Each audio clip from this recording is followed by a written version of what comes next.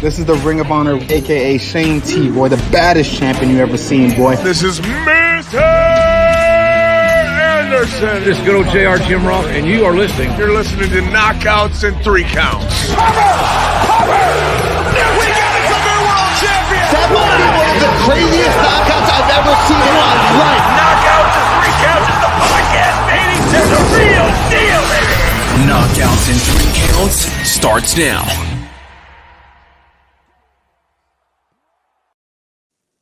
Ooh, what up, no? It's another Tuesday. This is Knockouts and 3 Counts, and as you can see, apparently J-Bone and I still have a Halloween hangover, hence the title of this here episode. With that being said, there's a lot to talk about in the world of pro wrestling and MMA, and before we get started, I'm going to just throw it out here to any of you guys once you get in here and check it out. This Thursday, we're going to be getting ready for another UFC card with James Lynch this Thursday, 7 o'clock. Be here. Watch that shit. Very excited for that one. Very excited for that one. What up, Doe? As you join the stream, let us know where you're coming from, all that good shit. Throw some stuff in the comments. Talk some shit to us. I dare you. J-Bone, how the hell you doing, bro? What up, man? As you can see, I am definitely feeling the Halloween hangover, bro. I'm not ready to let it go. I know it's November now, but only what? 363 more days until we do it again. I mean, Cheapy Creepy might be the move from now on, bro. Like, if I'm being honest, Cheapy Creepy might have to be the move for Halloween. I was highly impressed with the way that was all put together, dude. I said it on my show earlier. At one point I was standing in between Cleopatra, Gordon Bombay, and Stone Cold Steve Austin. I know. Ain't that an eclectic mix? One of the costumes they came up with fucking incredible, dude. Like, hell yeah. That's whenever you get a group of inspired people together, man, there's gonna be some creative ass costumes. I figured there would be coming out of there. Dude, not to mention like the stage acts. Like you had a rock and roll version of Britney Spears, which was dope. And then you had me and Kyle. Once Metallica hit the stage, the freaking fuck yes, that made my whole night. Like them playing for those 20 minutes or whatever it was. I swear to you, that made my whole fucking night. At that point, we were all in on that shit, dude. That was right there. Dude, they had a mosh pit going on up in there, bro. We had a mosh pit going on. You had people crowd surfing. It was a damn good time. Ironically, since that's the first time I can remember being back there since I was getting pelted with beers about 10 or so years ago, 10 or 15 years ago at this point, had a fight in that very same venue. So, yeah, it was good times. I'm just sharing things out, letting everybody know we are live and all those good things. But if you were already subscribed, you would already know that. But with that being said, man, yeah, Cheapy Creepy was dope. I didn't know what to expect. When we first got there, it was like I was walking back into middle school, bro. We had Taken Back Sunday playing, and hot damn it, I was having a good time. And then we went and checked out the outside, and maybe I'm thinking it might have had to do something to do with her sorcery. But damn it, I missed my shot with Link. God damn. I'm mad. I think that scepter had it worked a trance over me or something, bro. I mean, something happened because we kept running into each other, and then every time I tried to buy her a drink, somebody else walked in the way. And Link, if you hear this, just saying, your boys' DMs are open, which you can follow me at Detroit Knockout. You can also follow the show at KO3C Pod. But yeah, I had a damn good time. The guys from Metallica, like I said, the Metallica cover band, Metallica, they were something else. He had the Hetfield down pretty good. You had it down. I didn't get the band's name, dude. I regret not getting the name of that actual band. I didn't ever hear him say the name, to be honest. I didn't either. It's probably on the flyer somewhere. I have to get that from JJ, but I'm kind of interested to hear their actual music that they do. You know what I mean? All I know is, like, I feel like Metallica might be one of the bands that probably has, like, the most cover bands, but, like, I also feel like in that same breath, you have to, like, if you're gonna be a Metallica cover band, you better fucking sound like Metallica, because everybody kind of knows what Metallica sounds like. And I don't know. I feel like if you fuck it up, it's pretty noticeable really quick. Yeah. I'll tell you what, they were hitting it on all cylinders, man. That was fun. That put me right in the spirit. I was like rocking out there, mosh pitting and shit. I mean, dude, every time I go to a concert with you at this point, for some reason, why do you always navigate me to where we're just standing right outside the pit? So then I gotta like be telling these motherfuckers, like, bro, like I'm not in the pit, okay? I ain't got no problem with you being in the mosh pit, but if I'm far away from the line, don't come out that far swinging, because I might choke you up real quick. Yeah, man, it's all about the energy, dude. The energy follows you. I was dancing. It was a good time. I don't know why that man tried to sell me what was supposed to be Pabst Blue Ribbon, and it ended up being like tasting like the chocolate milk that I got at lunch, but apparently the chocolate milk would have gotten me drunk. I mean, yeah. I don't know. I wasn't a big fan of the Pabst Blue Ribbon coffee thing. It tasted more like chocolate milk to me. But yeah. Hey, at least you didn't have to go in the candy eating contest of doom. That would have sucked. Dude, that girl looked like she was gonna die. And she was standing. Oh my God. We were standing out on the stage. We were right at the front of the stage, right? And they were doing the candy eating contest of doom. They're shoving candy down her throat. This drunk girl was standing right in front of us, dude. If she would have spewed, it'd have came right at us. So we're sitting here like looking as she's staggering around and just shoving all this candy down her throat. And I'm just sitting there like, okay, if she goes, I'm diving to the right, dude, because that wouldn't be pretty. She barely made it off the stage afterwards. She was dressed as Medusa. Some crazy stuff, man. Those nights always get wild. Oh, when the cheeks start going like this. Oh, yeah. I was waiting for like chunks, bro. I thought it was just coming. I thought it was going to be like Twix and Almond Joy. She had her hair covering her face. She was eating her hair, and it was a mess, dude. She definitely shouldn't have been up there. And then she was trying so hard to be hot as she got off the stage too, and that wasn't working. But did she at least win the contest? Though? No, this dude smoked them all. If you're gonna put all that effort in, drunk as hell, you gotta at least get the dead last. And I think she ended up throwing up in that bucket. So I think technically. She definitely probably threw up at some point because I know she kept drinking too. Gross. Had to make room for the rest of the booze, man. I mean, she was making room, all right, but yeah. Cheapy Creepy was definitely a blast, as you can see. Let us know what you think of our costumes. Now, mine is a little bit more noticeable. I mean, hell, I could have passed for Darby Allin if I would have painted my face up. And then you got Jam Mr. J-Bone over here, with his Undertaker-like hat on. Yeah, this is the get-ups we were in at Cheapy Creepy. I figured since it was a Halloween hangover, why get dressed? I'll just throw my costume back on. There you go. Why not? Hey, Nate coming into the comments. J-Bone for Prez. Jam Master J-Bone 2022. That's what I'm talking about. I don't know if I'm suitable for that, but I'll be a DJ. J-Bone for President 2024. 2024. All right, man. Cheapy Creepy was a badass time. Like I said, link, my DMs are open. That being said, we had some pretty badass wrestling go on Friday night, huh? Yeah. Hell yeah. Bryan Danielson versus Eddie Kingston was fucking amazing. I'm just saying, it was fucking amazing. And what's wild about it is I watched those same two dudes wrestle in front of 250 people at Taylortown right around the corner from us. And now they're in the main event or the kicking off Rampage for the AEW World Title Tournament. Anybody who's watching, if you guys are wrestling fans, who you guys got in this AEW tournament? But with that being said, man, they really went at it, beat the shit out of each other. Danielson's chest looked like hamburger meat. And then like the finish, he had him in a triangle choke and choked him to sleep while Eddie's flipping him off. So it was like the reverse Nate Diaz. But yeah, it was a damn good match. What did you think, bro? Dude, honestly, that was like as much as obviously I think we all knew. How does Corey get your vote and he's the only one not fucking dressed up? What the fuck? I think I know why.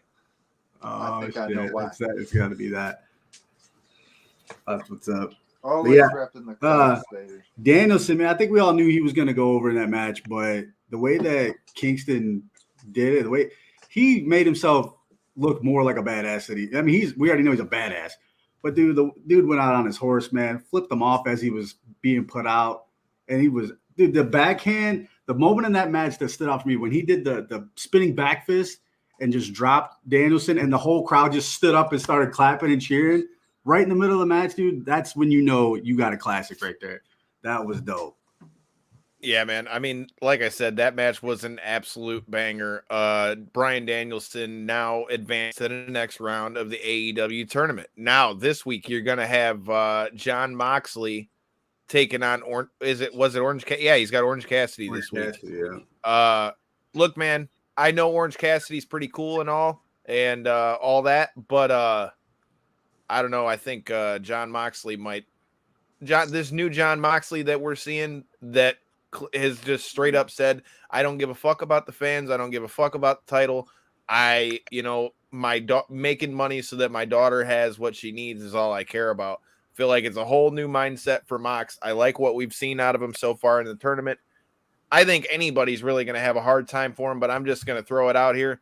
Freshly squeezed might get squeezed again come Wednesday on Dynamite. I don't know. Yeah, even I agree with you on that one. Even with as much as I follow wrestling, I can tell you Moxley's definitely been on the rise, both in character and just what they've been able to do with him. So I would be surprised if they didn't steer him in the direction of the top of the tournament. And I like Orange Cassidy, always puts on entertaining matches and stuff, but I feel like between the two of them, one of them's on a clear rise towards the top. So definitely agree with you on that one. What are you thinking, J-Bone? You think Orange Cassidy's got it in him to get it done? Nah, I think he's gonna put up a fight. It's gonna be good, but there's no way he advances. Plus, Moxie's got does that book come out already? That the book he was writing? November 1st. Yeah. It came out yesterday, I think. I heard a lot of good things about that, so I feel like they're gonna, with that momentum and Moxie, the way his new character is kind of evolving, dude. You might even see that dude all the way in the finals, to be honest. So. Yeah, you very well might not be wrong on that, really. Like I said, man, he's going to be a problem. And like I said, that mindset of I don't give a shit about the pomp and circumstance, like he's literally walked in there, beat his opponent, walked right back out. Yeah. Not said literally, dude. Walked in, beat the dog shit out of Preston Vance, walked right back out the way he came back in, didn't pose, didn't talk, didn't nothing. No, whip your ass and leave. Literally. So, I think Jon Moxley is going to be a problem in the AEW tournament. But then I guess the story of the night on this one, I guess for me would have to been now it looks though like we're going to see Punk and Kingston. That to me has got money written all over it. With their past both going through Ring of Honor and the Chicago scene like that. And, just the way they were going back and forth, man, like, I don't know how else to put it, but that realism that's put in it, it was good stuff. But I feel like that's going to be another match that's going to be a banger. But I think a match in which him going against Eddie Kingston, I feel like that's going to really let us see where CM Punk is at as far as, cardio wise and where you're at ring shape wise. What do you think about Eddie Kingston versus CM Punk? If you guys are in the comments, let us know if you got anything you want us to talk about. We're going to get to UFC 267, Ring of Honor, all kinds of shit. Let us know in the comments. If you're leading into me on that one, I definitely think it's a fan favorite. I mean, everybody's been clamoring for pretty much everything CM Punk's done since he's made the move to AEW. And Kingston, like you have noted many times when we were out in Chicago, he got a huge pop to open the show. So it's no surprise it's going to be a fan favorite, no matter how the match plays out, I guess. I definitely see CM Punk taking it because of the star power and everything, but that being said, it'll still be entertaining. So, what do you think, J-Bone? Yeah. Not to mention, I think that's going to be another one of those physical badass matches, but I think the mic work on that could be really fucking good, dude. Because obviously we know CM Punk. It's gonna be money. Like they're gonna make you want. I mean, Kingston, just off what they did last night, made you want to see him fight. Kingston's one of the more realistic guys on the microphone because everything he says is fucking true. Pretty much, like he will whoop your ass, and that's. Well, dude, when a grown man comes out on TV and says, I battle with depression every day, and if you saw the demons that I'm fighting in my own brain, you wouldn't even be able to you don't even make me flinch. Like Yeah. you don't hear guys talking about how they're fighting their depression every day There's and no all gimmick that there. stuff. There's no No, gimmick dude. there. That's Eddie The way Kingston, that dude. he spins that, like the mental angle into like I'm still a badass and I deal with this is like it's a very interesting spin. And with the way modern times are, I feel a lot of people lean into him because of that. So Yeah. Like I said, it's gonna be something that's gonna be interesting to watch and see how it goes. With that being said, let me ask you this, bro. So, J-Bone, what do you think is gonna happen with Wyndham Rotunda, aka Bray Wyatt? Because now he has become a free agent. His no compete clause is now over. So where do you think he ends up? Do you think there's any chance he ends up back in WWE? If he's going to leave, where do you think he's going to go? No, I mean, obviously money talks, right? So obviously there's always that slight chance he could be back in WWE, but with the way everything was handled, if it was handled the way it was directed at us, I don't think he's going back. He's only got one place to go, man. It's AEW. That's the quote unquote hot tag. You know what I mean? So he could do a lot of things, especially if they give him the creative control like they're doing with everybody else. That dude is going to take that character or any new character that he can create on his own. He's going to take it to the moon, man. So that guy's got a lot of star power if he's leaving to go to AEW, which I think he will. I mean, I wouldn't be shocked by that at all. I mean, they're a company that would let him really do that. Now, my only thing with everybody always saying that he's going to go to AEW, I think Bray Wyatt or Wyndham Rotunda, whatever he's going to go by now. I believe he's going to be an Impact wherever he goes, man. But then the thing is, you start to wonder if AEW is getting into, if what up, Alex? I see you in the comments. What up, though? We're talking about AEW and what we see for Bray Wyatt, because his non-compete is up. So we're talking about that and where we see him lining up. But like I said, I'm starting to wonder if AEW is starting to get into any kind of danger of having too many people. I mean, granted, they've got a bunch of shows, but like they got a hell of a roster all put together too, man. No, I don't think so. Are you talking about in the fact of signing ex-WWE guys, or are you talking about just the roster size? I'm talking about overall number. Yeah, because there's only so many spots on TV. The fact that they've expanded to 2 shows and are doing them the fact The that Jetsons. The fact that they're doing them as regularly as they are, and they're pushing out all this like pre-show content and stuff like that. No, I feel like if anything, they could even serve to do a little bit more content-wise, because they're booming right now. Like, to be real, they're booming right now with everything they're putting out. So I don't think it's necessarily an overinflated roster, because they're doing a really good job of promoting. I mean, most of their guys, even the ones that aren't at the top yet, I feel like still get work through the company, I guess. I don't know. What do you think, J-Bone? You think it's for sure he's going to AEW? I don't think it's for sure. Like I said, man, money talks. So if WWE throws a big enough dollar at him, maybe. But other than that, he's not going to go anywhere else. He's not going to go to Impact. Would it make sense, even though, to leave your WWE contract, play it all the way through your no compete clause and stuff, and then still sign back with them? I mean, like you say, money talks, but I feel like the fact that he's through his no compete, right? I don't think he's going back there. I'm just saying, after what we saw with Samoa Joe and all that, me personally, I think AEW probably is probably going to be where he ends up. But I could also see him sliding through Impact for a little while too, especially if, there's been rumors for quite a while that Adam Scherr or Braun Strowman, was back there at Impact, and there was a lot of talk that he was going to go there. If that ends up happening and he goes to Impact, I could see Rotunda going through there for a little bit. But at the same time, overall, I think is an overall place for him to land. I think AEW is definitely where he's ending up at. As a wrestler that got released and made it through their full no compete, it would just make sense to go through anybody that would kind of take you in just to build even more of a fanfare and kind of anticipation for wherever you do end up signing your long-term contract for. So it would make sense. Definitely. That's what I'm talking about, Alex. See, you're already leading into something else we were going to talk about. J-Bone and I were talking about it before we went on the show. We were going to talk about our top 5 as far as the people with the situation with Ring of Honor. They came out earlier this week, or no, was it late last week or earlier this week? Came out saying that they're going to run their show up through Final Battle, but that all the talent was released effective immediately, and in January 2nd of 2022 could pretty much go wherever they want.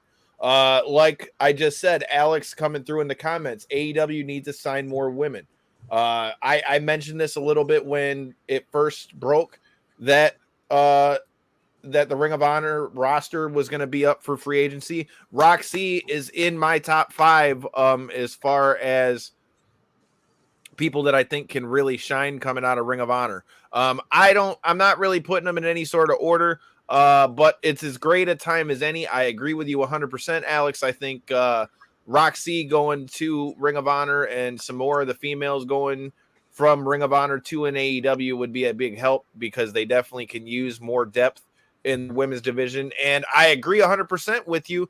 Who better to take over there than the for now the last Ring of Honor women's champ, unless she loses it at Final Battle.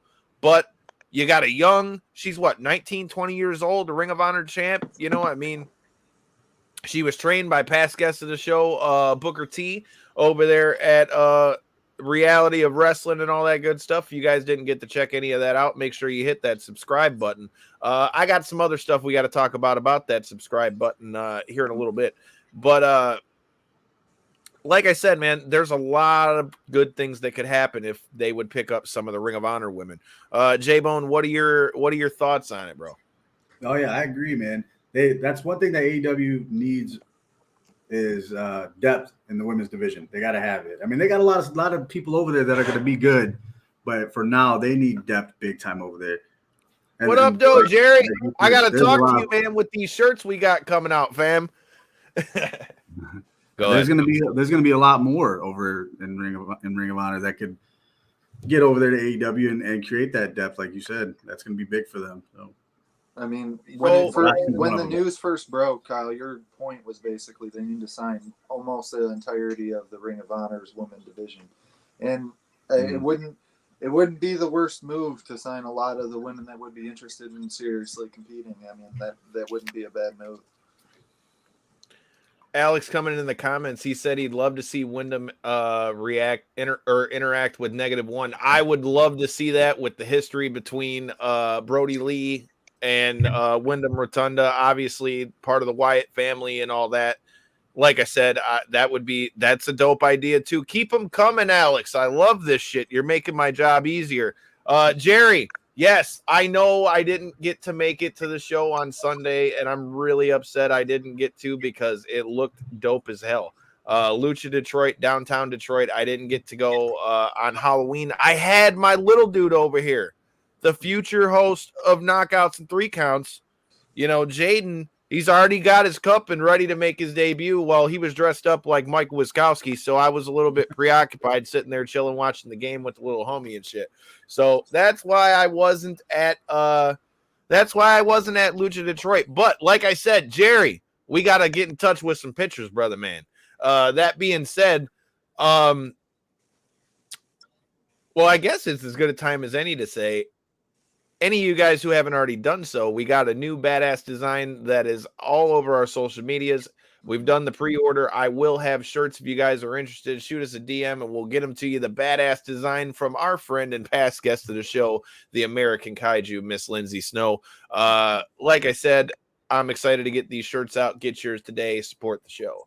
The design really does look amazing, especially on the white shirt. It really pops. And for anybody interested, it really is a nice looking shirt. J-Bone, I mean, I told you, come on, man. Hey, man, you already know I'm there. Give me one. XL. Give me an XL. All right, it's all good, but check out the picks, PWI. That's what's up. See Jerry out here getting his stuff out here in PWI and all that good stuff. They just had, and speaking of what we were talking about, Ring of Honor and their women's division and all that good stuff, they just did the PWI, the first PWI 150. So I mean, definite, inroads being made on the women's side. But all right, J-Bone, we talked about who were going to be our top 5 from Ring of Honor, at least as far as like the free agents go. So since you're the guest here, I'll let you go first. All right. I want to shoot them at you, and I want you to tell me where they're going to land. Can we do that? Is that all right with you? Do it. All right. From the hip, man. You don't got to go into detail. You just tell me where they're going to land. Any other place. I'm just going to throw you one. First off, I know he's hurt, but he's my favorite, Danhausen. So Danhausen's already been all over the Jericho Cruise and all that stuff. If I had to guess where he'd go. And then let's not forget, though, before we say these things, like with Ring of Honor supposed to be coming back in April, like we don't know what's that's going to mean. But again, they're releasing the whole roster. But I think somebody like Danhausen, I could see, I would say it's either going to be AEW, Impact, or MLW, but I would say more likely on the Impact or MLW run. Then again, like I said, he was just on the Jericho Cruise, so what the fuck do I know? Jerry, let us know where do you think Danhausen's going? All right, that's number 5. What do you got? Speaking of the Jericho Cruise, we talked about that too. We got to get our asses on that cruise. I want to go. Let's go, bro. I'm with it. A bucket list thing. That looks cool as fuck. God damn it. I'm telling you, I'm down. Like, I'm down yesterday. The next one's in March, man. Let's try to figure it out. Let's go then. Come on, man. If we're going to commit to it and actually get a suite, man. Yeah, let's do it. That is a trend I can stand behind 110%. I think it's the one I get referenced as all the time, Mr. Kid Rock, that started that trend. But he really started something because a lot of celebrities are doing the cruise thing, and I love it, man. That's an awesome way to interact with your fans and have a whole bunch of like-minded people get together and go on a trip. That's awesome. Yeah, it looks like a lot of fun. All right, so I got another guy, and keep in mind these guys may not go anywhere. They might even hold out until Ring of Honor comes back. You never know. So a lot of those guys, look like they should stay there with the way their star is there. But you got other guys like Jay Lethal. Will he go anywhere? If he goes anywhere. Jay Lethal is so good, but I never understood why WWE didn't fuck with him. I mean, he was in TNA and Impact and then went back to Ring of Honor, which is really where he'd made his name. But man, if you ask anybody in wrestling, Jay Lethal is about as good as they can go. If he were to go anywhere, I just still don't really see WWE signing him. I think it would be great if they did, but I don't think they will. So with that being said, if Jay Lethal was to go anywhere else, I could see him going back to Impact. Yeah. All right, here's another one. Tag team. Well, we already said Roxy. I think we all know where she's going to go. She's got to go to AEW. Jerry coming in the comments. Danhausen, Bandito, and Gresham to AEW. There you go. Jerry took my next one. Bandito was my next one. But I'll throw you this one. Tag team. What about the Briscoes? Oh, so this is a tough one. I love the Briscoes. I've always been a big fan of the Briscoes. I love the fact that they went to GCW. I really wish they would have started branching out a little bit more sooner. I mean, let's not forget. I mean, the Briscoes have basically been synonymous with Ring of Honor since day one, and they've been around for 20 years. So, I mean, they've been with Ring of Honor for so long, but man, there's so many cool ass matchups for them because I just enjoy the shit out of what they do. They just talk shit and get in there and bang, dude. Yeah. But at the same time that they're accredited. I mean, Jay's a former world champion. Mark has got accolades out the ass, and they're obviously the most winning tag team in Ring of Honor history. So great team. And they're now your current GCW tag team champions, which reminds me, if you're going to be at GCW, I'm going to be at GCW. So, like I said, make sure when Uncle Chase throws down at motherfucking GCW, come find your boy from Knockouts and 3 Counts. But the Briscoes, I think if they go anywhere,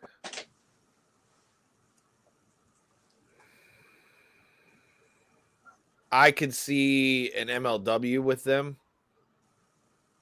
But something tells me that the respect that they have for the Briscoes could also land them in AEW with so many of their guys, like with the Jacksons facing them, the Bucks facing them in Ring of Honor so many times. But I've heard that a lot of people don't want to touch the Briscoes, so it's going to be interesting to see where they can go. But in my opinion, dude, they're one of the best tag teams out there. And I mean, if GCW the other night was any evidence, the fact that they can just show up and people already knew what time it was.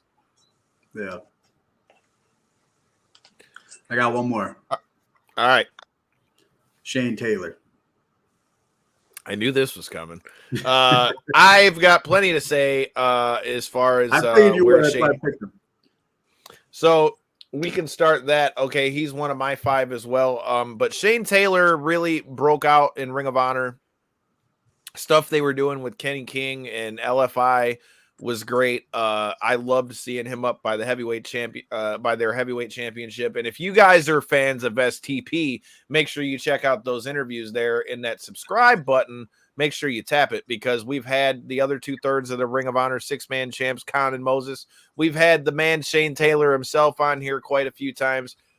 Shane's become quite a homie with the show at this point. So like I say, Shane Taylor, I feel, has the potential to really do some big stuff. Now, I don't know that somebody on an AEW would go right after him.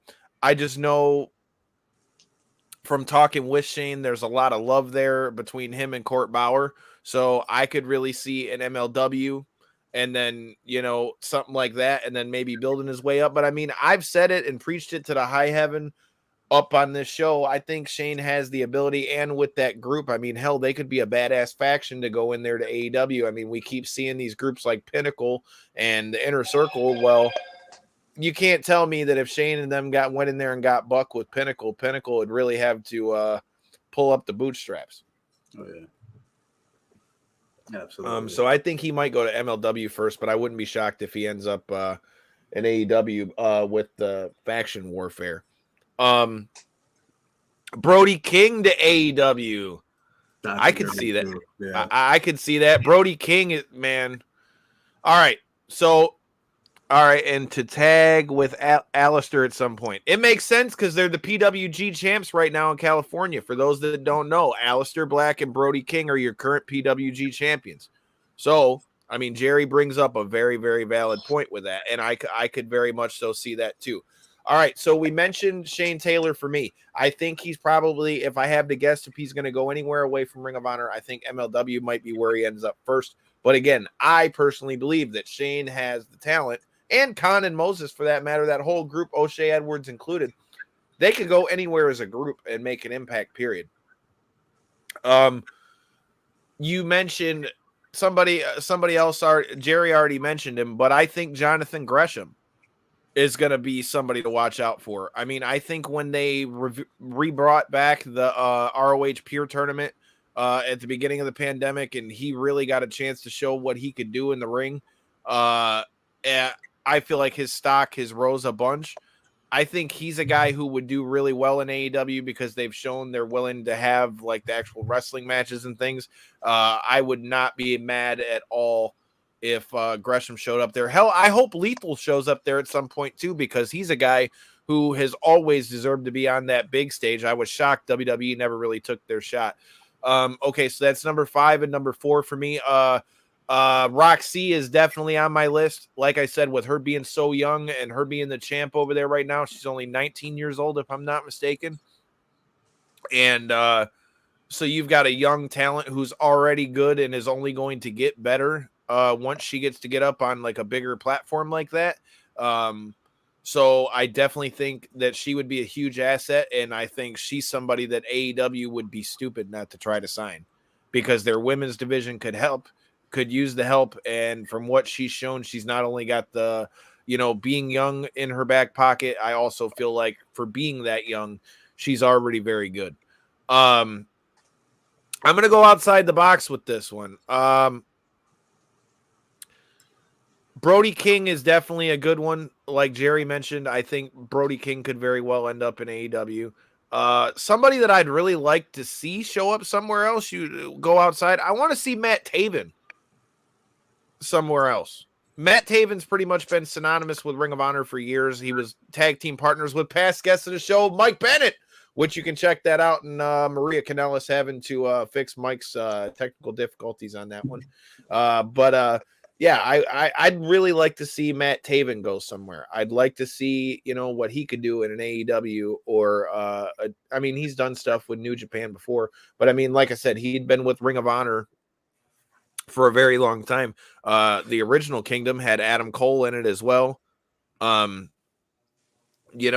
he's been there through a lot of the different stages of Ring of Honor. Anybody who's joining the stream talking about Ring of Honor and where everybody's going to end up, if you guys have any thoughts on who might end up where, let us know. But yeah, man. Holy crap. I don't know how I forgot this guy. Brody King is one for me, but Josh Woods, bro. Josh Woods, man. I've been trying to get that dude on the show for quite a while. He's got the wrestling background, MMA background. He really shined in that Pure tournament. I'd really love to see what he could do. I think he would really thrive in a MLW type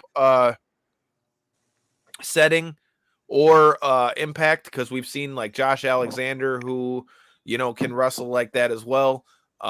He did very well over there, but I'm a big fan of Josh Woods. He's a freak athlete, looks like $1 million. He can really fight. So there's no holes to poke in. I think Josh Woods could definitely be a killer from Ring of Honor. Like I said, again, if you guys got any thoughts on where anybody should go with Ring of Honor, let us know in the comments. Another thing that we got to talk about before we get off wrestling and talk about UFC 267 and some of these other headlines that we got. We had SmackDown, and I've said it for a while. Who gets the tape library? That's a very good thing. I don't know that anybody's going to get the tape library yet, though, because they didn't sell it to anybody. Like, technically, even though they're taking this hiatus, they say they're going to be back in April of 2022. So I don't know that they would be selling the tape library off. But boy, if you are going to sell the tape library off, there's a lot of good shit in there for sure. They're just pausing, right? They're not like shutting down. It's just so the way I understand it, at least from what I've read, they're going to finish out what they got up till Final Battle, which is their year-end pay-per-view, which is going to happen in December. Then after Final Battle, they're going to take a 3-month hiatus until April. And then once April gets there, they're going to come back. Now, we don't know what that's going to look like. We don't know how revamped it is. They just said that they are changing some things around internally. So we're going to have to wait and see kind of what happens with that. But the reason I bring that up, man, is because, there's just more and more rumors every time somebody's contract comes up. Another one that's been hot right now is in the WWE sphere of things is Kevin Owens going to go to AEW? What do you think, J-Bone? I think he's going, man. There's certain guys over there that I think they look at things like, whether they say it or not, they're watching AEW, man. Especially guys like that who've been around the independents, who have made their best friends with the Bucks. Their friends are all over AEW and other places, man. These guys want to work with those guys. You know what I mean? And they're hot right now. I mean, you can't deny that fact. So, and I think it all comes down to that whole creative control thing. The fact that guys like Adam Cole and what up, Cody, Donald? Everybody's going. Who do you want to see go places from Ring of Honor, boss? Everybody's getting their own creative control and having fun with it in AEW. Why wouldn't you want to go there? And they got money too. So Well, that's what I was going to say. That was what my point was going to be, is I don't think a lot of these guys are taking like a pay cut or anything to go to AEW. It's not like they're losing anything. They may even be gaining on their contracts, moving over. Plus all the points that you had mentioned of being able to have a much bigger stake in the direction of their career. It's a huge thing. The fact that AEW is allowing these guys to go to different promotions like GCW and stuff like that. It really is a big difference compared to like the big dogs in WWE. So my thing with that too, and this is the part I feel like that people aren't really talking about as much, is like everybody's always so quick when a company quote unquote goes under or rebrands or whatever the case. Dude, anytime like there's even the possibility that a place like Ring of Honor, like think of all the names that came out of Ring of Honor, bro. CM Punk, Bryan Danielson, Tyler Black, aka Seth Rollins, Kevin Owens, aka Kevin Steen, Sami Zayn, who some might confuse with El Generico. I mean, literally, you can go down the list, and I mean, dude, there's just so many fucking guys. Cesaro, I mean, shit, dude, you can, the Young Bucks, Cody. I mean, dude, you just go down the list. And that's like in newer times. But I mean, so many guys like Austin Aries and all those guys were there back in the beginning of Ring of Honor. And then, like we said, the names like the Briscoes and all that, for a place like that has the longevity of like 20 plus years like that, for them to go down is bad for the wrestling business. It's a play that takes out one more place for people to work. And in a time where we're all talking about how it's a boom period in a lot of ways because there's so many places for guys to work, I think that's no matter when it happens, it's never a good thing. Danhausen to AEW after his big after his leg heals, and then Jonathan Gresham to AEW. Hey, Donald, do you know what happened to his leg? I saw something about a picture, but I just saw that whatever happened was pretty gnarly. So what happened to Danhausen's leg? I like Gresham, so I'm not mad with Gresham going anywhere either. That part seems to be pretty unanimous across the board. Everybody who's commented has brought up his name. Both of those guys. Gresham's a banger, dude. Like he's one of the best technical guys in the game, period, in my opinion. Yeah. But to answer your question for what you were saying, I wouldn't be shocked if he goes to AEW at this point. I mean, they haven't been using him quite as well the last year or so and whatever. And I mean, look at Adam Cole.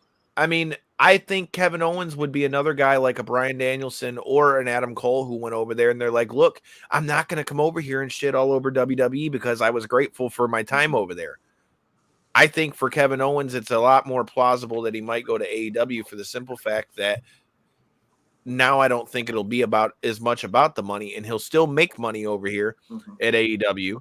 And then now you're over here with all your best friends, and you'd have already seen the Bucks have been all over trying to tease it, like showing old pictures of him from back in the old Being the Elite episodes. Alex coming in the comments on YouTube. Jerry, you were talking about what happens to the ROH tape library. Imagine if WWE buys ROH tape.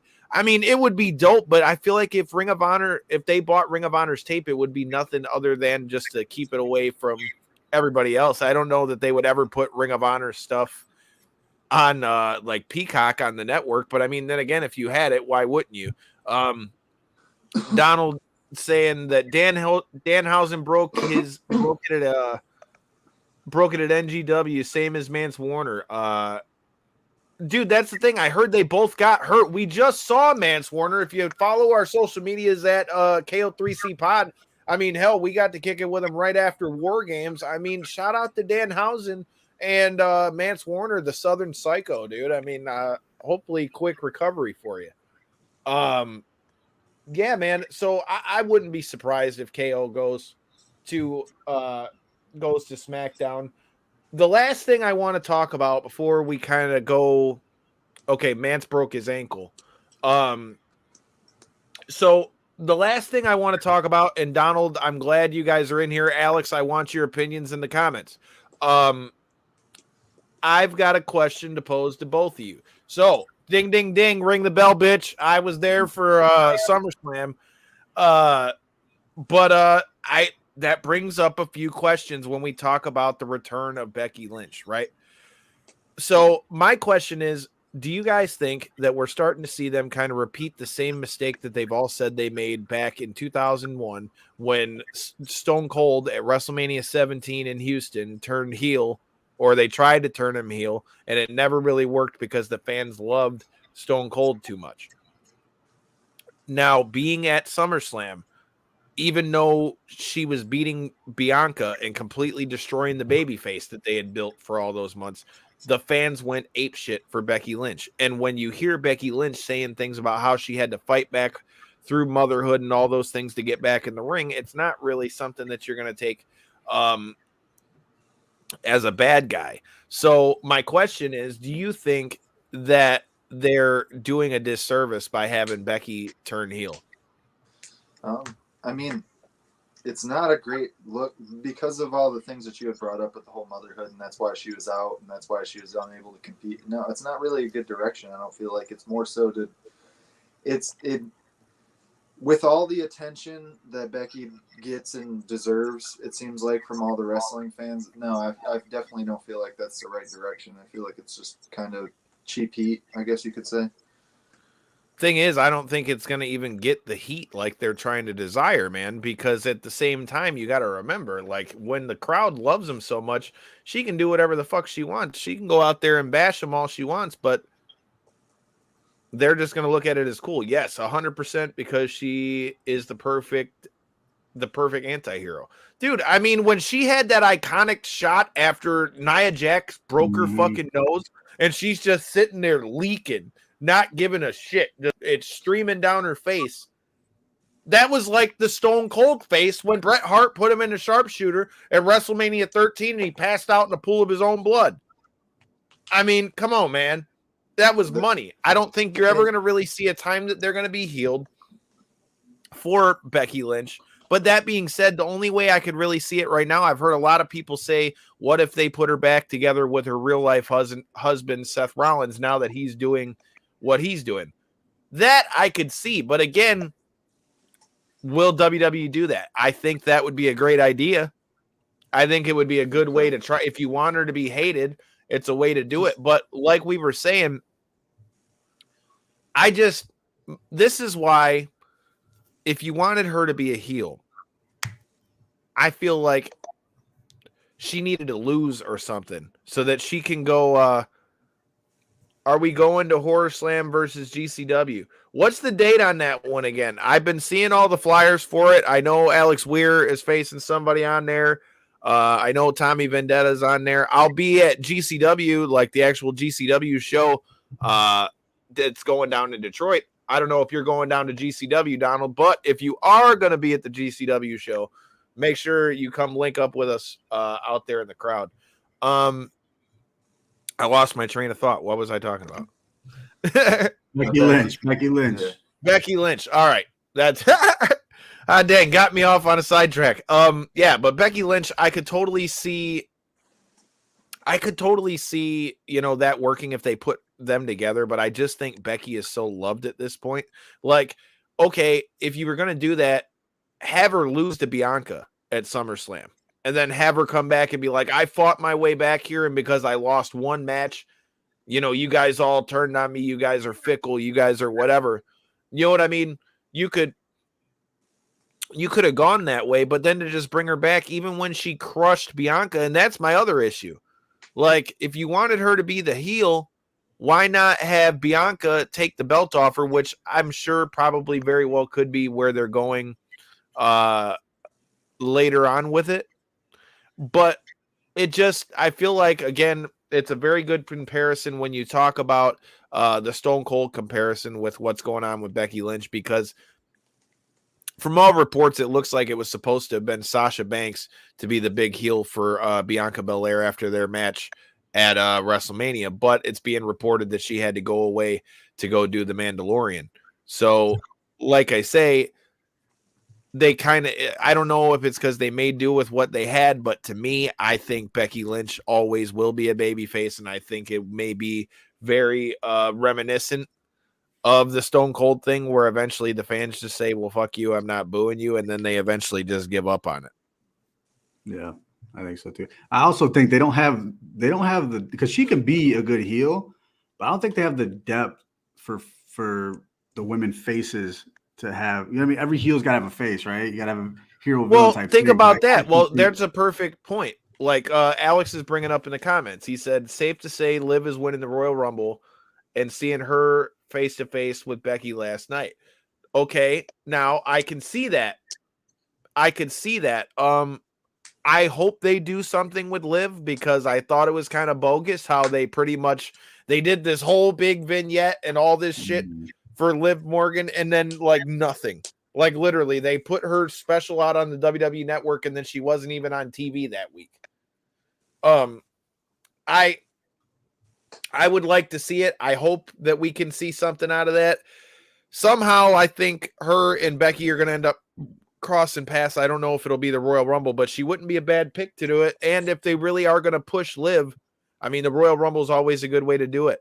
Donald coming in the comments, letting us know what we're going to see at Horror Slam versus GCW on Wednesday, November 11th. Jason Hotch, who you might have seen on AEW Dark and all those things, versus our past guest of our show, the weaponized Alex Weir, Tommy Vendetta, and Aaron O'Ryan of DTA are going to be scrapping. Man, we love DTA over here, but hot damn, for them being a bunch of homies, man, they sure fight a lot within their own group. Then you've got MM3, The Process, Malcolm Monroe facing Jordan Oliver and Trey Miguel, who 2 out of the 3 of those guys happen to be past guests on this show, being Trey Miguel and The Process MM3. And yeah, I mean, from what I can see, you ain't lying. They've got a hell of a lineup on this one. Like I said, it's on a Thursday. I might just have to see if I can make an appearance out of that one, since Thursday happens to be one of my off days. I might just have to come check out Horror Slam versus GCW. Besides, I mean, Donald, you more than anybody has been clamoring for us to bring Tommy Vendetta on here for quite a, to bring Tommy Vendetta on here for quite a while. So maybe I'll have to make my way out to GCW and go talk to Mr. Vendetta. Yeah, look, man, it's I just feel like if they're not careful, dude, they're gonna cause themselves a big problem. I feel like if they're not careful, they're gonna cause themselves a big problem with Becky Lynch. All right. Well, we've talked about some wrestling, but since we're talking about subscribe buttons, which, hey, make sure you hit that motherfucking subscribe button if you haven't already done so. I just want to give a big shout out to everybody that supports Knockouts and 3 Counts, and all the new viewers who apparently have seen the clip of our interview with Jamal Sweet Dreams Hill. That being said, there's been a lot of talk on our social media and, in the comments on that clip, with us giving Jamal the platform to be able to talk about some of the things that were going on around that time, like the George Floyd situation and a lot of that stuff that was going on. And I'm just going to get it out here for any and everybody. Look, man, our show is not about politics. Never has been, never will be. And I'm not ever going to let it go off into that point. But I will never, I repeat, never censor our guests for talking about something that's prominent in the day and time and is relevant to what we're talking about. And that question was completely warranted, being the fact that with him being in the UFC, we were trying to see, did he feel any extra pressure to kind of help, spread the word with all those things. So for all of you guys, like Donald, thank you for sharing out that post, man, that rock with us. Just saying, we do not censor our guests over here. Like I said, if it's topical and it's relevant to what we're talking about, we're going to talk about it. So we appreciate you guys. Donald, I appreciate that, kind sir. We try to be pumping out the good content out here. Like I said, you guys got to stay tuned. We got the main man, James Lynch, this Thursday to talk about UFC 268. Before we can get to UFC 268, though, we skipped over 267. So we got to talk about some of the headlines that came out of UFC 267. Before we get into the card, I mean, Uriah Faber signs another contract. Very surprised when I heard about that, is my news. I mean, he said he wanted another fight, and knowing him, that means if he wins, he wants a shot at the title. But with that being said, I'm always down for a California kid fight, even if the kid's coming up on like 42 or 43 now. I always like the California kid and Uriah Faber. So let's hope for the best. I feel like he did good when he came back the last time, fought Ricky Simone and then fought Petraeus before he was the champ. I thought he did pretty well for himself. So I wouldn't mind seeing him again. And I know he's still very active coaching at Team Alpha Male. So he's definitely still very involved in the game. So it makes sense in a way. I mean, he's definitely still helping out there. I mean, helping coach guys like our past guests of the show. And on this past season of The Ultimate Fighter, you know, Vince Murdoch trains with Uriah quite a bit. I got no problem with Uriah coming back. But my thing is, I think it just all depends on who they put him in there with. Yeah. I don't really think we're going to see another title run. What the hell? Okay, I could see that, you know, and that was a fight that he mentioned. Look at you, Alex is coming in clutch in the motherfucking comments. Faber versus O'Malley. I like that fight. Yep, that would be a great test for O'Malley, especially because they keep giving him some of these, you know, underknown, except for when he fought. Why does his name escape me? God, who did he fight with the mustache? Why can't I think of his name right now? Crazy curly mustache. Eddie Weidland.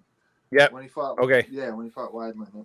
That was pretty much the only well-known name that he fought, really, and he was also notorious for keeping his hands down. So he fought Cheeto. That didn't go his way. And so now he's climbing his way back up. I'm a big O'Malley fan, but I love that matchup. That would be perfect, honestly, because that would be like a real solidifying his way into the top 10, top 5 of the division. So I'd love to see that. I don't know. What are you thinking about Uriah Faber coming back, J-Bone? Man, I've never been a fan of those guys coming back like that. Like, I wasn't cool with like the whole Anderson Silva thing, you know, all that. Only because I like these guys. Like, I think Uriah Faber is the shit, dude. I don't want to see him go in there and let's say he gets knocked shell out. of himself. Yeah, and it's just not the same. Let's say he gets put out cold, man, and then we got to sit there and blame it out of age, and I don't want to do that. Yeah, you know what I mean? I agree in that regard, because I really hate when fighters that I like or have had, even if haven't been a fan of them throughout their career, the fact that they have this amazing record and then come back or do something late in their career and then to end up tainting that record. And then a lot of the newer fans only end up knowing them for their losses. Like, look at somebody like Rashad Evans. Like, if you know, me, all three of us, we're like, yeah, you think of Rashad, you think of his glory days. But you talk to somebody who's a younger fan, they think about when Anthony Smith knocked him out. Yeah, you know? So exactly. It's like, perfect example. It's rough. Yeah. You know, that's why, like I say, it'll be interesting to see where Uriah goes with this one. That being said, again, before we get into this is in UFC 267, but can we talk about the worst referee of all time real quick? I don't think he deserved that award quite yet. Hell yes, he did. No. Hell yes, he did. He almost let that man get killed. Yeah. I've seen people on some fights, Kyle, be choked the fuck out, be full of sleep Dude, for like 35, 40 at seconds. that level, though? Like, oh, no, he looks fine, dude. Look at him. At that level, though? I know.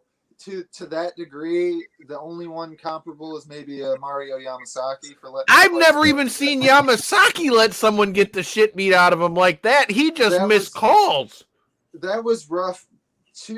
I don't even want to defend the guy because it was. If you guys watched UFC 267, did you see that horrible ass referee? Did you see the bum that let Santini just get the living hell beat out of him for 3 rounds? I don't want to defend the guy at all because he doesn't deserve it. But you're going to. There was reason why the UFC had him removed from the rest of the night. They didn't. It was the commission. That's the thing. Yeah, it was the referees commission that had him. Yeah, well, it wasn't even. Yeah. Yeah, like that's the I thing. know It why, wasn't even. I know why it went down like that. I know why. Huh. The guy had big money on a decision victory on DraftKings. That's the only thing I can come I'm gonna up take this bitch. I'm gonna give him every chance in the world to win. He can't That's the only lose. thing I can I come gotta up win with. my money. That's all I can I come mean- up with because I could even see that dude was like way done with 4, man. Like, what's going on here? It was hard to Yeah. watch, man, at some on, point. on multiple occasions too. It wasn't like one different time. But the only thing I can say to it is he was defending himself at points. He would get back in the fight and try He to would his he best would to do defend just himself. enough when the guy If- would start grabbing him, but Yeah. Well, who's to say he if wasn't I getting was the punched ref- in and out? He probably got hit and he'd come back too. dude, he You know what I mean? definitely got knocked out and woke back up by more punches. Yeah. I mean, it's terrible, especially for a young athlete making their UFC debut. It's one thing if you're talking about like a top 5 title contention bout or something like that, but for somebody just making their debut, man, you hate to see that type of stuff. You really do. Not only that, but dude, fuck just the fact that it's his debut. Like, I mean, I wouldn't, dude. That's just dangerous for the fighters if you can't be competent as a referee, dude. Like, I mean, don't get me wrong. Like, I was there the night when Gabriel Gonzaga knocked out that dude and looked at Herb Dean and's like, "What do you want me to do?" Looks at him and then, boom, boom, just knocks his ass out. Like after like with the delay like that, and that wasn't even one of those, bro. There you go. Zalecky dos Santos did great. He needs to rank the opponent next. He's not elite, but he's entertaining. I mean, dude, definitely no hate on Dos Santos at all. Like Dos Santos did his job. Yeah, he did exactly what he was supposed to do, especially against somebody, like I said, making their UFC debut. He looked absolutely dominant and realistically won 2 or 3 fights in that one fight because of all the should have been stops. But I absolutely agree with that point. We definitely need to see him climb up, fight somebody in the top 15 or I just maybe hope on the outside edges, I guess you could say. Shit, I just hope they man, that guy better not ever be allowed to like ref another fight again. All right. Let's get into UFC 267. We're not going to be able to go through all the prelims, but we definitely have a lot to talk about news-wise for the UFC 267 card. In my opinion, I mean, from top to bottom, dude, it was really a banger card. I mean, Corey, what were other than the shitty refereeing of that dummy? What were your overall thoughts out of UFC 267? I know we're not going to go through the previews or prelims, so I'm just going to name Lerone Murphy with that flying knee knockout in the beginning of the second round. That was dirty. That was nasty. Dude. Was fucking nasty to get controlled by Amir Markani and then just to immediately go out in the second round. Like, we're not doing that again. Here, eat this. It was like, that was next level shit. But if we're talking main card, the thing that stood out to me as somebody who had went into the card making my pick for Corey Sandhagen, as much as I share a name with him, so I love picking people that share a name with me. His name's Corey. I like him too. That being said, it really the standout of the night was how good Petrayan looked, man. He really led the dance that whole fight, other than the first round. But I mean, realistically, after seeing that, all he did was download everything he needed to do to win the rest of the fight, and he did that amazingly. I mean, I don't want to skip forward in the card because I know we got some earlier points, but for a Tiger is a problem at flyweight. Khabib's coach of the year 2021. I mean, dude, Khabib pretty much just said, "I'm going to put the belt down and then let my guys all come to the UFC and then take." He's undefeated, isn't he? Isn't he undefeated as a coach right now? I think he lost that record. Would that be some shit? I forget who. Well, they got a lot of I Khabib's believe guys that are out Bellator. here as a problem. So yeah. I mean, anybody who's under the tutelage of somebody like Khabib, who already has somewhat of a wrestling style, or somebody who's very good at striking and then is implementing a Khabib game to that, there's a reason why he's such a great coach. I mean, he's done great himself. So, but my thoughts on the night, if I'm going to sum it up, even though it was a daytime card, we'll call it the night, is what a great pay-per-view that wasn't paid to view. That was awesome from the UFC to do that. I know they're doing that just because of the fact that New York is the week after and they can't kind of do pay-per-view after pay-per-view literally 2 weeks in a row. But to give that thing away with the amount of fights, the gold that was contested in 2 different bouts, it was awesome, man. It really was a shining showcase for a lot of the Russian fighters, like our guest Thursday had said. Why can't I think of his name? Josh Fremd. No, not Tuesday, Thursday. Your buddy. Ethan. My bad.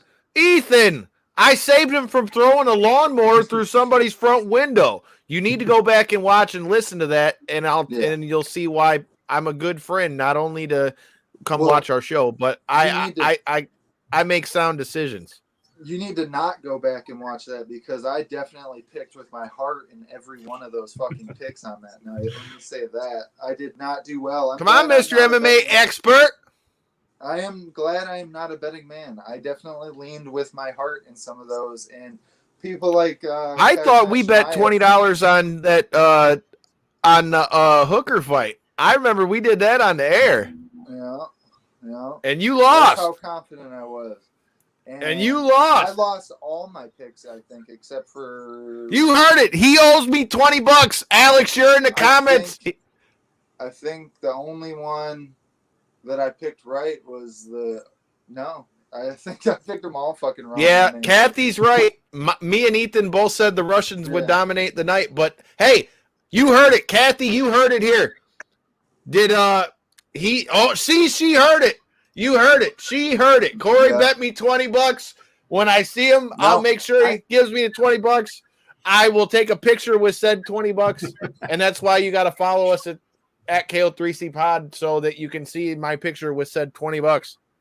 I correct myself. I did have the opening fight of the pay-per-view right. Magomed and Kalaev. I picked that one right. God damn it, I got one right. You went against. Oh shit! Now look at Kathy trying to get her cut. You see this? She wants her cut.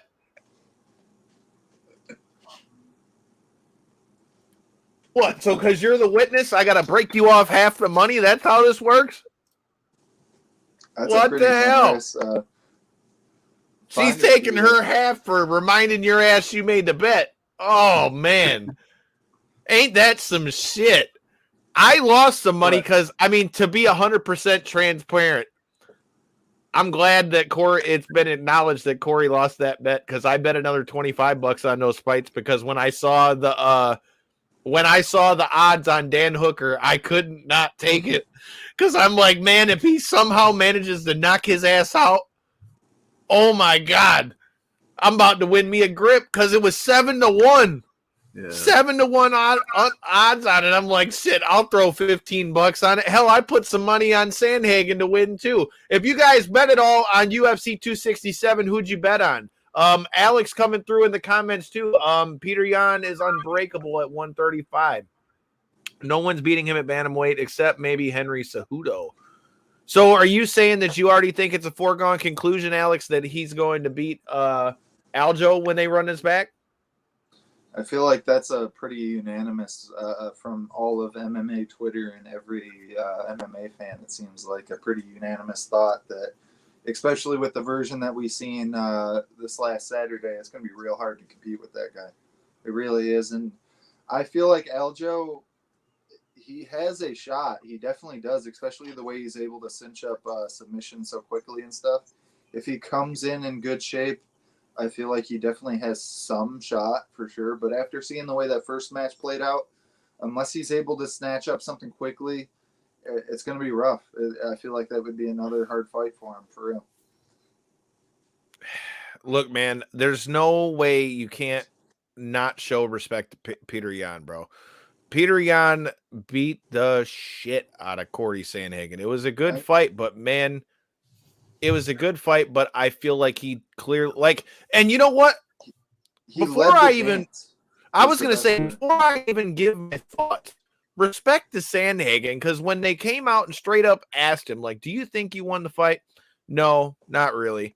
Like, straight up, like, he beat me, but that was a war. They banged it out, because if you look at the stats, Sandhagen actually outstruck Petr too. So, like I said, I think Jan, I mean, if I'm being honest, I think Jan very well could beat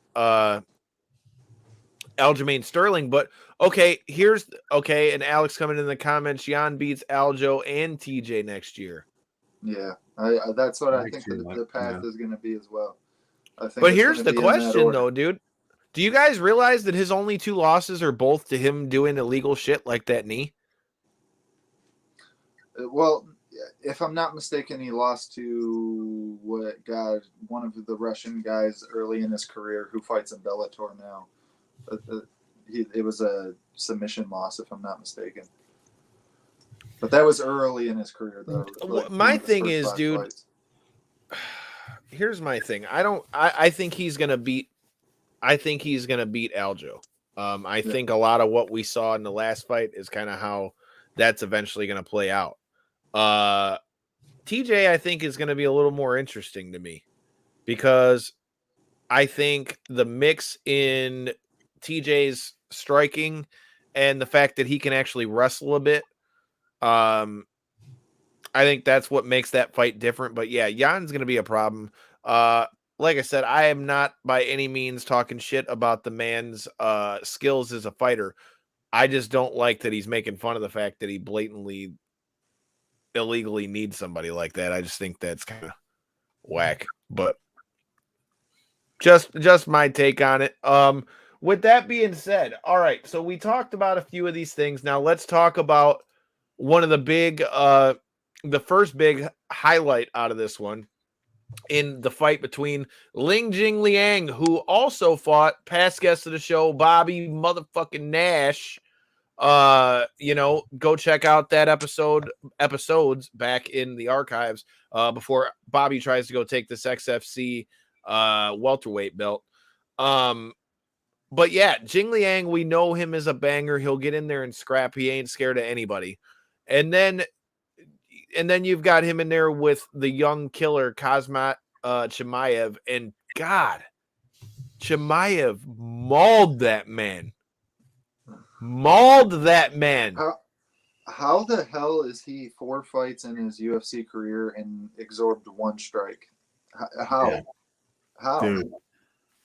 I mean, like, realistically, like, I've seen somebody, I wish I could give credit to it, but it was a Twitter post scrolling through my feed, and they basically compared it to, like, a pitcher throwing a no-hitter in 4 consecutive games, like, or name the biggest sports achievement. He did that 4 times in a row. I mean, the ability to go into a fight with somebody who's trained at the level that he's competing at in the UFC, and to go in there and just completely dominate people. I mean, if you're not on the train, you kind of have to be now, right? I'm not. And you talk about. Go ahead. I'm not going to bet against him on anything, dude. Well, you talk about no fucks given, J-Bone. I mean, listen to what he said when he got on the microphone. I'm here to kill everybody. Yeah, I'm here to kill everybody, not beat them. I'm here to kill everybody. And that's what like leads into the next question: who's going to stop him? Who's going to? You think there's who's going to stop him, dude? I don't know. Does he get a title shot next? No, I don't think so. No. I don't you got to think give him a top 10 fight, though. Why not? The dude's going to draw money. Everybody wants to see him. Yeah, why not? Maybe like, what's he, welterweight, right? Yeah. So who's out there? Muhammad? Well, you got Usman versus Colby Covington, which we're going to talk about on we're going to talk about him on Thursday. We're going to talk about them fights on Thursday with James Lynch, so make sure you hit that subscribe button. That's the two names I've seen thrown around the most, though. If you want to talk about one being Bilal Muhammad, I've seen his name thrown around a bunch in that kind of Kazmat sweepstakes, and then him and Neil Magny. I feel like Neil Magny, dude, he'll beat the hell out of Neil Magny. That's dude. what I was. You want to know what's going to draw some money? Give him Jorge Masvidal. Fuck it. Why not? Or they're talking about I also seen rumblings of possibly him versus Nate Diaz as his There it last is. fight. We're on his talking contract. money fights, dude. Regardless of ranking, those fights. I right could there, see them doing that to huge, make Nate huge. get his ass whipped on his way out the company. Yeah, just because of the kind of like rumblings of him trying to do his own thing and get the hell out of the UFC and stuff, I could definitely see them being like, Feed "All him right, to the dog, man. well, here's Feed your him fight to the then." dog. Yeah. I mean, it's hard not to say that. I mean, great performance from Chimaev. I'm definitely interested to see, what he's got next. I just want to say, I told you so, Alexander Volkov. Me and Ethan were right, Kathy. Yep. You heard it right. The damn Russians. The Russians are coming.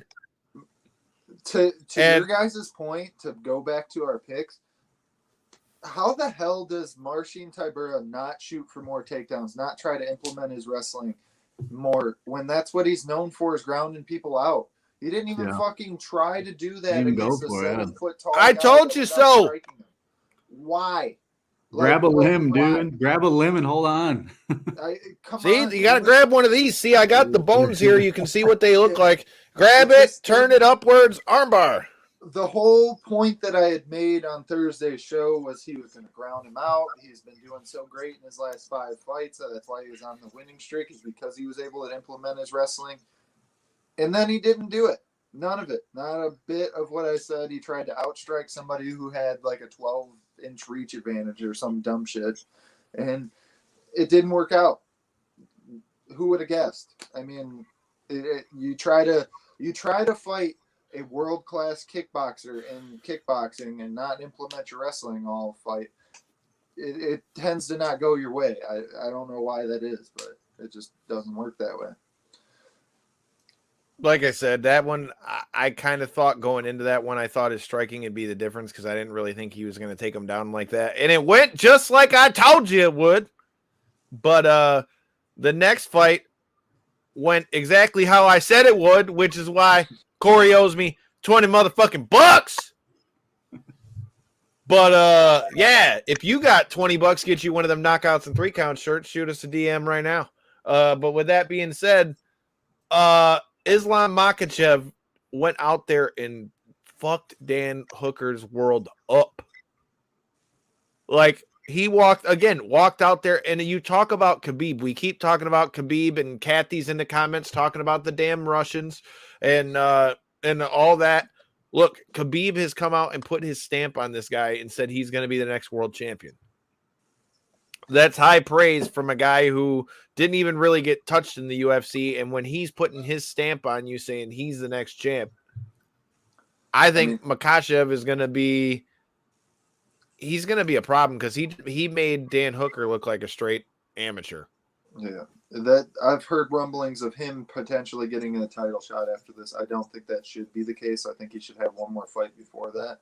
Even though he was able to do like everything he wanted against somebody who fought somebody who is fighting in the title fight to their limit, and Dustin Poirier, that fight with him and Dan Hooker was absolutely amazing, and could have went either way. Towards the end, Dustin was able to take over. But you talk about somebody who was at the top of the division, and Dan Hooker, even though he was on a bit of a skid before his last one, Islam really poured it on him. It was thoroughly impressive. It really was, the fact that he was able to implement everything he wanted. I was really going for Dan, as I know a lot of MMA fans were, and it was unfortunate is the best way to describe it. But the rise of Islam is going to be something to watch in these next couple fights, man. He looked great out there, and I feel like that's just going to continue, unless maybe like a Charles Oliveira might be able to snatch him in some submission, because his game he's got the most submissions in the UFC for a reason, right? But other than that, at the top of the division, man, I feel like he really could run through a lot of those guys. Maybe a Michael Chandler would give him problems, maybe because of the anti-wrestling in Chandler, but maybe it's hard to say. Could he potentially get the winner of Chandler and Gaethje? Well, no, I think they already said the winner of them is getting the title shot, I think.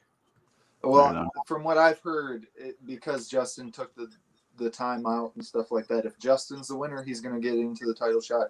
If Chandler wins, he's still one away. Okay, so if Chandler wins, let him fight Makhachev. Otherwise, I mean, if Gaethje was supposed to get the next title shot, I mean, he lost to he lost to Khabib, so I wouldn't be mad. Have him and Makhachev fight. Have Makhachev fight the winner. I got no problem with that. With that being said, talking about the plan, Father's plan continues through Khabib and his soldiers. Just saying. But all right, we're to the fight. Petr Yan versus Corey Sandhagen. We've talked about it a little bit. Petr Yan definitely shows that he's the number one guy in the world right now at 135, unless you're talking about Aljamain Sterling. At this point, that's the only fight to make. It really is. It's the only fight to make. Until that fight is over with, we're never going to be able to get through it. Now, it sucks for a guy like Yan because that means he's going to have to be on the shelf for quite a while because that fight's not going to be able to be put together because Aljo's still recovering from surgery. But I look, man, I don't feel like there's any other fight for it. And if I'm Petr Yan, I'm not fighting again until I get Aljo.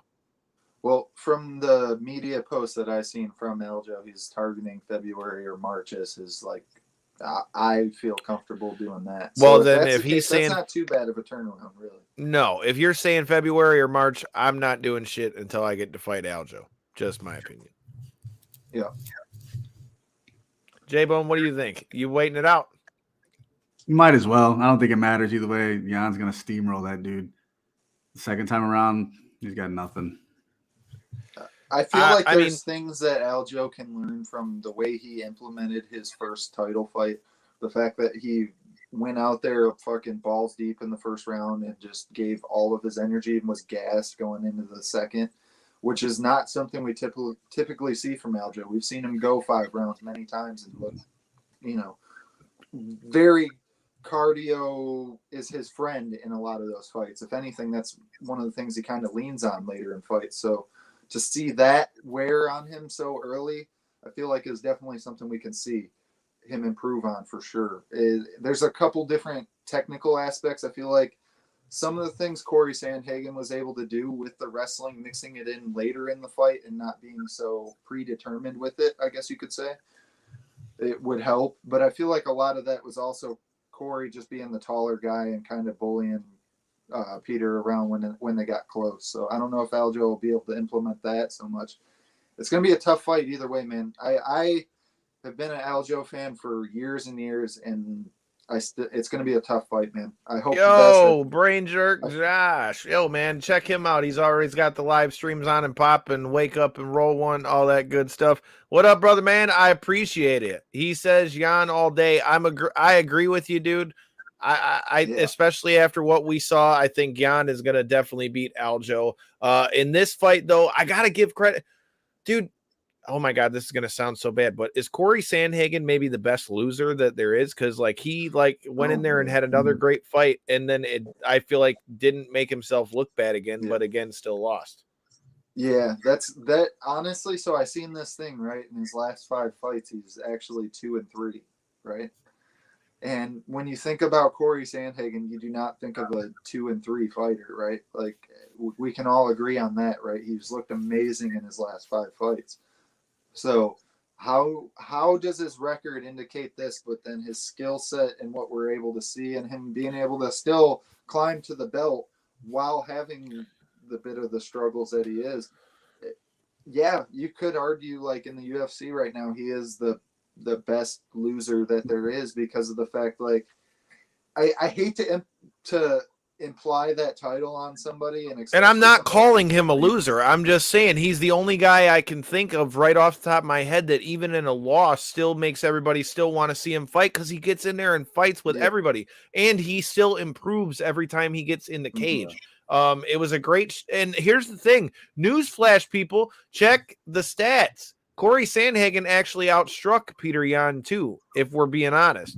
So, I mean, great fight between those two dudes. Yeah. I think Petr Yan's ground pressure and just them the body shots from both of them, the body kicks and body shots were just gnarly. great fight by both guys. I don't think this fight's going to hurt Sandhagen too much, but man, he's definitely going to have to get him a dub in the next fight. All right. Now, let's talk about this main event. First of all, if I can do half of that at 42, I am all the way with it. Because, like, to go in there and win the world championship at 42 years old, and then he dominated Jan Blachowicz, bro. Mm-hmm. To go from talking about how good one Jan did in Petr Yan to go from another Jan and Jan Blachowicz, yeah, that was he did not show up. Because he didn't spell his Jan with a Y. He did not show up on the night, and I hate to see it from the Polish Power Man. I feel like that's not like a traditional showing from the guy, especially now that he's made his way to the title bout. I don't know. He just had his kid. I don't know if that interfered or anything with his training camp, not making any excuses for the guy. I don't know if he overlooked Glover and thought. I don't think so, because if you watch the Embedded, he even made that a point to like bring up, because like his family was all there with him, but like he flew up in first class, and like they were like he was separated like the whole time to kind of deal with I don't know then if it's just a case of he thought it was going to be an easier fight than it was. He thought that his skills were superior all around, and he thought he was just going to be able to do his thing and avoid takedowns essentially. But as soon as we seen that takedown as early as we did within the first minute of that first round, I knew it was so did we, bro. An issue. So did we. We all picked Jan Blachowicz, if I'm not mistaken. Yeah. Although I did say I thought that there was a good chance Glover could do it. If when we all made our picks, we all picked him. Yeah, because Glover always stands a chance. He's a fighter that throughout his career has always stood a chance in every one of his fights. He never really gets knocked out. He never goes out. He may once in a while lose a fight, but in the last like 3 to 4 or 5 years, I can't really think of any times that he has. He's looked amazing, man. He really has as of late. It took him a long time to get to the belt just because of the age. Realistically, if he was a younger fighter, I feel like he would have been fighting for this belt a year and a half ago, 2 years ago.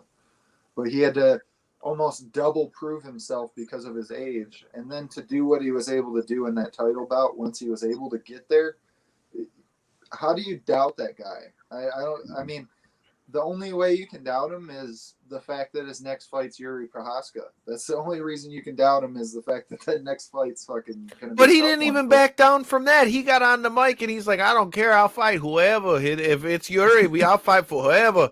I'll fight whoever. And I think he's really about it. I know. Glover is about that life. I've been rocking with Glover since the days of the Tap Out show. And like Corey said, I mean, how could you have a better story than Glover? I mean, this guy couldn't get in here and spent most of his prime over in Brazil when he was one of the main sparring partners for a prime Chuck Liddell. Chuck Liddell was that guy back in the days of the light heavyweight division's heyday. And for him to have been giving Chuck a run for his money, could you imagine what he had done to a lot of the guys who were in the UFC back then? So for him to come in and get it, and his birthday was this week. What a hell of a birthday present. I mean, hot damn. Shout out to Glover Teixeira. Uriah Prochazka is definitely going to be a tough fight for Glover. I mean, I think Jan will bounce back, but I mean, it sucks for Jan too, because it's going to take a lot from his title reign, because really he essentially beat like two puffed up 185ers. Yeah. And so, yeah. I mean, if we're really being honest, I mean, no disrespect to Izzy Adesanya. Dominic Reyes. Dominic Reyes is a true 205. Or no, he did beat Reyes, excuse me. So he beat the other big name. The biggest name that he beat, though, was a puffed up 185er. Yeah. What do you guys think is next for him? Who's he going to fight next? And he, talking about the puffed up nature of when you're referring to Israel Adesanya here, he jokingly stood on the scale with a pizza and shit, talking about. Yeah.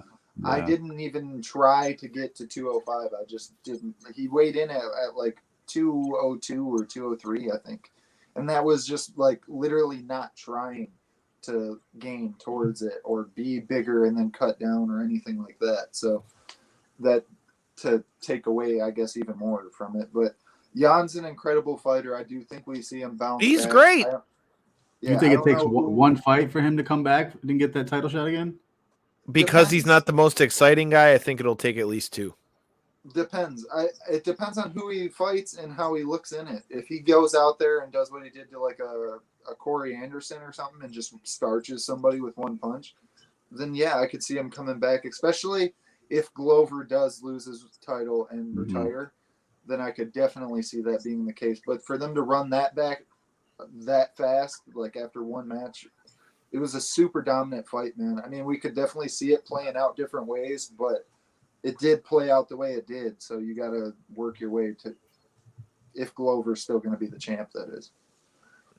Well, man, there's a lot for us to talk about in the world of MMA. Obviously, we're going to be talking all things UFC 268 this Thursday at 7 p.m. with James Lynch. We're going to be giving you our picks and predictions. Maybe you should follow my picks and not Corey's picks if you're trying to bet on DraftKings. But just saying. I'm going to need you to shoot me a text with your picks. Hey, you don't want the picks that I actually played on DraftKings. I actually cheated the system because I won by beating him. So now he owes me $20. So technically, I only lost $5. I technically only lost $5 on my bets because then when we link up this Friday, he's got 20 bones on the last bet. So technically, I was only really out $5 on my bets on DraftKings. You're already doing better than I did. So I need some insight from you. Well, that's why I said you got to come through for the fights. Ethan, you got to come through for the fucking fights. This Saturday, we're going to be watching it, Madison Square Garden. If you guys are watching this, let us know what fights you're looking forward to at UFC 268. Like I said, James Lynch will be joining us to damn, Kathy is really trying to get her cut. 15 after you send me my 10. Wait a minute. I mean, I'll send you your 10 as long as I get some more of those Dive Bar Nutrition protein bars, man. I had the berry one last night before I went to the gym and did legs and shit. Man, that boy was fire. So if you feel so inclined, I like the nutrition bars. I definitely will gladly eat more of them and stuff in my face. But with that being said, Alex coming back in the comment, Kamaru versus Kazmat will happen. Biggest pay-per-view next year. Dude, that's about as big a fight as you can make at welterweight. It very well could because the fact that 70 is not like the most stacked division. It's got a couple of contenders that are making their way towards the top, but with how impressive he's looked in the media following that he's got, like on his social medias and stuff already, is just incredible. Like his numbers are ridiculous. He's got a worldwide following, so I could definitely see that being the case where he fights one more bigger name and then is scurried into that title fight. Since you mentioned Nate Diaz, though, I'd really love to see that now. Now that I think about that more often, I think I want to see Nate Diaz and him go at it, dude. That'd be dope. It would be dope, but I feel like that's not the fight for Nate Diaz on his way out. Hey, he's shocked the world before. He's done it before, man. He has. Hey, man, Kathy says she's looking forward to Usman. I'm definitely looking forward to talking a little bit more about this fight. Definitely want to pick the brain of James Lynch on that one because the other interesting question with that fight is, if Colby loses again to Usman, I mean, what the hell is Colby going to do? Because he waited around all this time to fight Usman again. He's going to have to work his way back up. And at that point, who then do you have him fight? Because you're not going to just reinsert him over Kazmat. But a lot of people in 170 have been calling him out. I know, like you had referenced, he's kind of been sitting out and stuff, but there's always that Jorge Masvidal fight that a ton of fans have been wanting. I mean, I'm totally down with it. That's what I'm saying. There's Bilal Muhammad's been blowing him up after every victory. That's his first call out. If he comes off another win, he's already kind of climbing into that top 5 of the division. I could definitely see that being the case.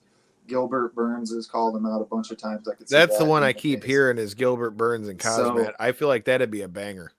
Well, Gilbert versus Kazmat would be a fun one as well, but even him versus Colby, I feel like would be a great fight. The Brazilian like wrestling striking style against the Americans. They all hate this guy. Yeah. That's what I'm saying. Everybody wants to punch that guy, dude. There's more that guy should be the one with Dan Lambert right now on AEW. Because for those that don't know, Colby was on TV back in the day with Impact. I mean, shit. He's the one that needs to be with Dan Lambert because Dan Lambert clearly doesn't give a shit about what he says on TV, and then you put Colby's dumbass on TV, man, I think you let him and MJF go head to head on the mic. Good Lord Almighty. That would be, holy geez. Somebody would like that. I bet you they probably make one of each other cry. But before we get out of here, J-Bone, let us know what you got cooking on the J-Bone show, bro. I know you just dropped a new episode. You still won't invite me on your show, but let everybody know what they can expect from the new episode of the J-Bone show. Well, all right. So, tonight's episode, I know a lot of my stuff's about music. That's why I've always said that music is my thing, man. You could turn on the J-Bone show in your car, in your bed, and you're working out. It doesn't matter. I'm gonna talk some shit on there, and I am gonna play you the baddest jams around. That's for sure. But this specific episode I dropped tonight, man, it had a lot to do with the Halloween Kills thing. Some people inboxed me and they wanted me to talk about that, and I just let them have it, dude. I mean, what can I say? I don't know. Well, we talked about this a little bit. I went to go see this. I watched it both on Peacock and watched it at the movie theater with company and all those good things. I want to talk. I'll give you a chance to give people a little sneak peek of what they're going to find on the J-Bone show, because I heard some of these things these people were talking about with Halloween Kills. So what are we talking about? So there's two specific things in the movie. So people are highly upset about the firefighter scene. Spoiler alert, he kills some firefighters. If you haven't seen the movie, that's just what happened. Those firefighters, for the record, did the worst job of defending themselves. Like, stop! Right. I'm going to spray you! Stop! I'm going to spray you! And it didn't work. It didn't work. But people are just going crazy because they feel like it's disrespectful to the firefighters, the people that protect us. And cops got killed in every Michael Myers movie, and they even showed how the cop shot the cop shot the other cop through the fucking throat. Right. Nobody says anything. There is legit a petition out there to have this scene removed from the movie. Oh, Lord. Now, and to keep going further, there is a gay couple in the movie, in the film. They live in the Myers house. Ballsy motherfuckers, if you ask me. They're probably the toughest dude in the whole movie. But they get killed too. So now they're describing Michael Myers as homophobic.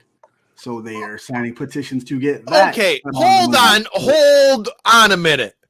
So hold on a minute. As I just said, knockouts and 3 counts does not discriminate. What you do is what you do. I ain't mad at you. But I have to vehemently disagree with that. For the simple fact, out of everybody that dies in that movie, spoiler alert, the gay guys were more badass about it than anyone else who got killed by Michael Myers. They at least got up and fought back.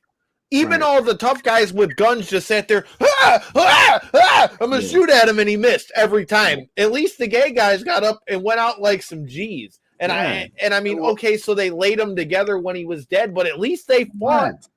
At least they didn't make him look all feminine to where like they just couldn't fight at all. My point on it, right, is wouldn't they be more mad if they weren't included in the movie? Isn't that that's what I'm saying? That like and the not whole, even like argument with the LGBTQ plus community is that they want to be included in films. In a horror movie, people die. That's like the way that is always. And they let them go out tough. It's not like they like made them look all girly when they went out. You know what I mean? Like that's what I don't get. Like I could have saw somebody getting mad about that. And if anybody who's watching this, if you watch Halloween Kills, please give us your thoughts in the comments. But no, dude, like my whole thing with that is that it would have been one thing if like Michael shows up in the house and they just do what they make out to be like the stereotype for gay guys in those movies where, oh my God, and run away. No, these guys actually fought against them, both of them. And I don't feel like they brought any type of negative attention towards the none by any means. No, I think if anything, they only use little subtleties to let you know they were gay. Right. And honestly, it's not like Michael Myers is a fictional character. Whether how into it you are or not, shocking news. Newsflash, he's not fucking real. I hope somebody walks behind me or something. But dude, it's a movie. You know what I mean? Like this is not a real. It's a movie and a slasher movie where they all die. Why aren't we getting? If that's the case, why aren't we getting mad about the guy who jumped out the fucking window? Yeah, he's not picking and choosing who he's killing. He's just gonna kill whoever's in fucking front of him. that's just what he does, man. Whether you're a fighter, Look, man, on both of these, whether we're talking about about them discriminating against gay people or what was the other one that they were talking about, the firefighters. Firefighters, Look, yeah. bro, those firefighters did not deserve to die, but the way they fought back, they didn't do themselves any favors, bro. I'm just saying, stop, I'm spraying you, isn't going to help with the big-ass dude that's breaking people's necks and everything. And then you got that big-ass pitch axe. And while my man is like getting beat up with the hose, why didn't one of you guys? And then here's the other thing. How many Michael Myers movies do we have to have before somebody actually says, let me make sure that he's actually not breathing before we walk away? How about that?